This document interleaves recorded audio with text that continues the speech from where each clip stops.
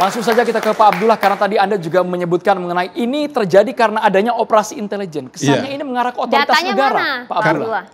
Silakan baca disertasi mantan Ketua KPK Profesor Busro Mukadas. Sangat jelas data-datanya. Ini disertasi loh, disertasi. Nah, saya setelah menjelaskan tadi itu, saya praktekkan. Ketika saya ketua tim penyusunan kode etik KPKPN, Komisi Pemeriksaan Penyelenggara Negara, sebelum KPK. Waktu itu saya tidak sadar bahwa itu bulan Ramadan. Waktu siang hari tidak disediakan makan. Saya tanya kenapa tidak disediakan makan? Ini bulan Ramadan Pak. Ya tapi ada anggota saya yang bukan Islam. Saya katakan saya tidak akan lanjutkan rapat sebelum dicari makan untuk mereka makan. Itu saya lakukan. Dan dicari makanan nggak tahu dari mana mereka makan. Sudah itu baru lanjutkan. Di KPK, saya 8 tahun di KPK. Ketika salat Jumat, saya beritahu kepada Biro SDM, undang pendeta datang untuk memberikan ceramah rohani kepada yang bukan beragama Islam. Nah, kenapa demikian? Karena proses pendidikan itu yang mengakibatkan orang paham atau tidak. Proses pendidikan juga mengakibatkan orang itu bisa jujur atau tidak. Dari 1.300 orang yang ditangkap KPK, Ustaz, dari 2004 sampai sekarang, 86% itu sarjana. Ada S1, ada S2, ada S3, ada profesor, guru besar. Berarti secara statistik, pendidikan nasional kita melahirkan koruptor. Kenapa? Tadi dikatakan Saudara Egy. Karena pendidikan kita itu sekuler, memisahkan antara persoalan uhrawi dan persoalan muamalah. Padahal Islam itu totalitas. Ya ayyuhalladzina amanu duhu fisilmi kafa wala tabi'atu syaitan innahu lakum aduwwun mubin. Orang-orang beriman masuk Islam secara totalitas. Tidak boleh parsial-parsial. Karena parsial itulah kemudian masuk unsur intelijen untuk kemudian memilah-milahkan. Sehingga akhirnya kemudian kelompok A, kelompok B. Saya waktu di HMI dengan teman-teman PMI, kalau misalnya salat subuh saya diminta jadi imam, saya tidak kunut, mereka ikut aja. Sebaliknya ketika mereka imam, mereka kunut, saya ikut saja seperti. Karena saling memahami. Saling memahami itu adalah bahwa kenapa dia begitu ada dasarnya. Ketika kita dasar hukumnya, kemudian kita ikuti. Asal ada nasnya. Saya belajar dari Bu Hamka mengajarkan kepada saya bahwa kalau Anda lihat pameran lukisan abstrak, ditanya, mengerti enggak? Enggak ngerti lukisan. Tapi laku, malah mahal. Jadi maksud Pak Abdullah ada kaum elit, ada tangan kaum elit yang bermain untuk menggerakkan isu-isu yang sensitif yang mengarah ke intoleran itu. Coba Anda lihat, Harun Masiku itu sudah 3 tahun. 3 tahun lebih. Ya? Iya, 3 tahun lebih. Si Nazarudin itu bendahara partai berkuasa waktu itu. Anggota DPR. Lari ke Singapura, kemudian ke Malaysia, kemudian Cina, terus terakhir di Kolombia. Tapi presiden waktu itu punya komit untuk membantu pemberantasan korupsi. Maka dia perintahkan Polri untuk bersama-sama KPK mengejar sampai di Kolombia, ditangkap 4 bulan. Dia partai berkuasa waktu itu. Hari ini Harun Masiku, tidak kita kenal dia siapa. Di partai juga tidak. Tapi karena melibatkan elit-elit politik, maka kemudian sampai hari ini belum ditangkap. Oke, silakan Bang Ade. Saya boleh komentar begini, supaya kita kembali ke topik kita ya, Pak Abdullah.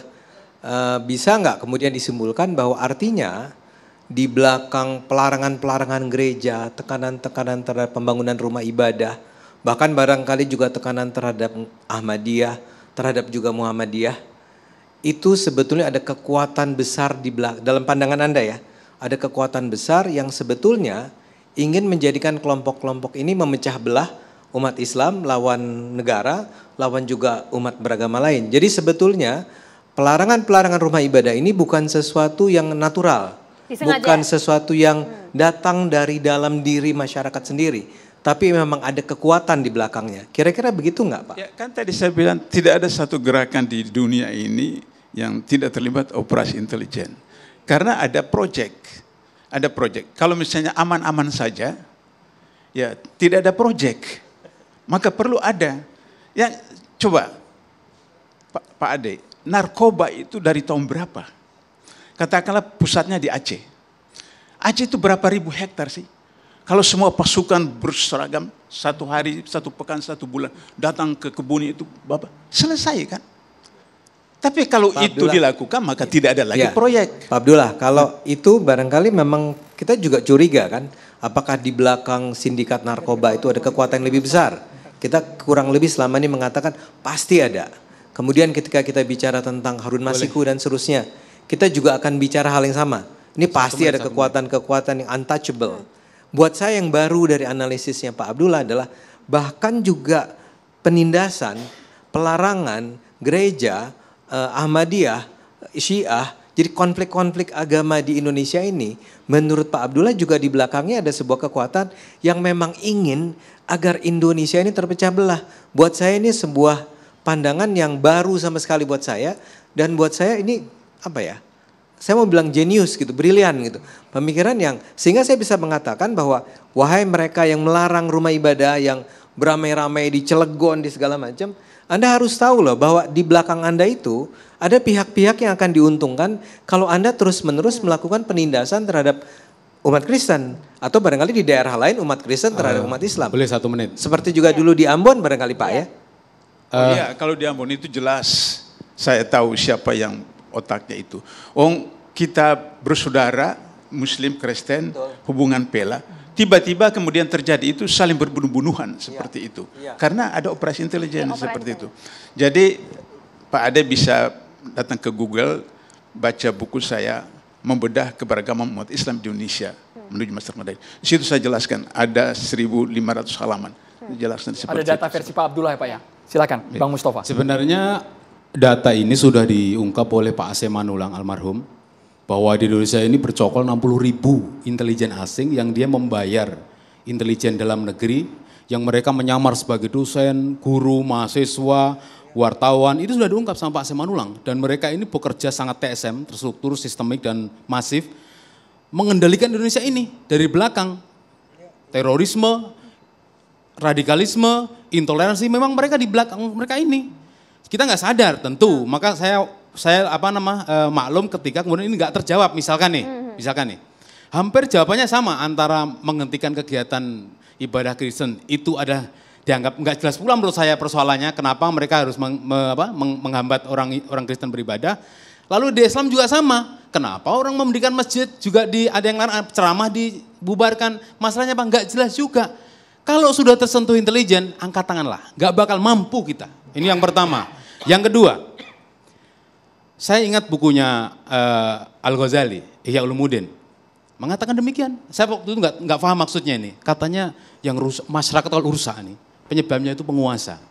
Penguasa yang rusak, penyebabnya itu ulama. Saya awalnya itu nggak paham maksudnya apa ini. Tapi sekarang saya paham.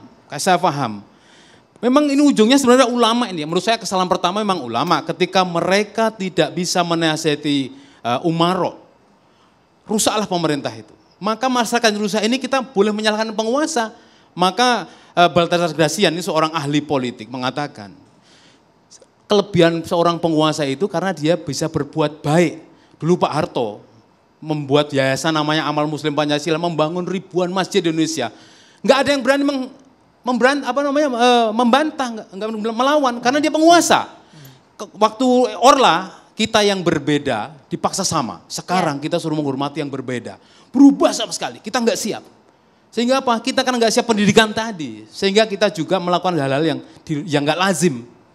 Maka ada orang yang berani mengotori masjid dengan mohon maaf tadi, dengan anjing dibawa ke dalam masjid. Karena apa? Karena memang nggak mendapatkan transfer knowledge yang benar tentang toleransi. Dua-duanya sama saja, yang inter-Islam maupun antar agama, kita juga sama-sama rusak. Karena nggak jelas persoalannya itu. Sisi penambahan sedikit ya buat Bung Ade. Itu kalau mengacu kepada Al-Quran, itu by design istilahnya. Mengacu kepada pola pemimpin Fir'aun. Anda bisa baca surat Al-Qasas, ayat 4. Ada 6 poin di situ. Pertama, memecah belah. Kedua, menindas. Ketiga, membunuh. Ya. Keempat, membuat kerusakan kepada banyak orang. Jadi, itu ciri-ciri di dalam surat Al-Qasas sangat jelas. Dan di ayat surat Al-Qasas juga ayat 39, Fir'aun beserta bala tentaranya berlaku sombong. Nah, kita lihatlah sekarang. Ya. Dan juga ada, saya mau konfirmasi ke Bang Dul juga, itu kita masih ada tidak mengurangi hormat ya dengan BNPT itu. bagaimana kok masih ada satu badan yang mengelola tentang terorisme? Jadi kan seolah-olah ini jelas desain gitu loh. Dan Jelas ada anggarannya untuk itu. Nggak mungkin nggak didesain. Jelas untuk Bang Egy. Untuk Anda sepakat? Jadi saya pikir jelas ya. Kita butuh sosok tegas 2024 dan kalau Pak Prabowo jadi presiden. Bang, ini bukan ranah kampanye. Intoleransi Saya stop sampai di sana. Terima kasih. Saya stop sampai di sana. Baik, Oke. Bang Dendi, closing statement singkat saja Bang. Saya kira kita kembali saja kepada rumus bahwa bernegara kita ini Bhinneka Tunggal Ika, berbeda-beda tapi satu gitu ya. Asas dasar negara kita Pancasila, kembali kepada keyakinan agama kita masing-masing. Saya beragama Islam, yang non-Muslim pakai keyakinan agama masing-masing. Saya yakin apapun konspirasi jahat, apapun konspirasi atau keinginan kejahatan yang ada dalam diri akan bisa intoleransi itu tidak akan terjadi atau bisa dipersempit, diperkecil di Republik kita. Saya kira itu. Banyak Bapak-Bapak. Kita kembali sesaat lagi hanya di catatan demokrasi pemirsa. Tetap bersama kami.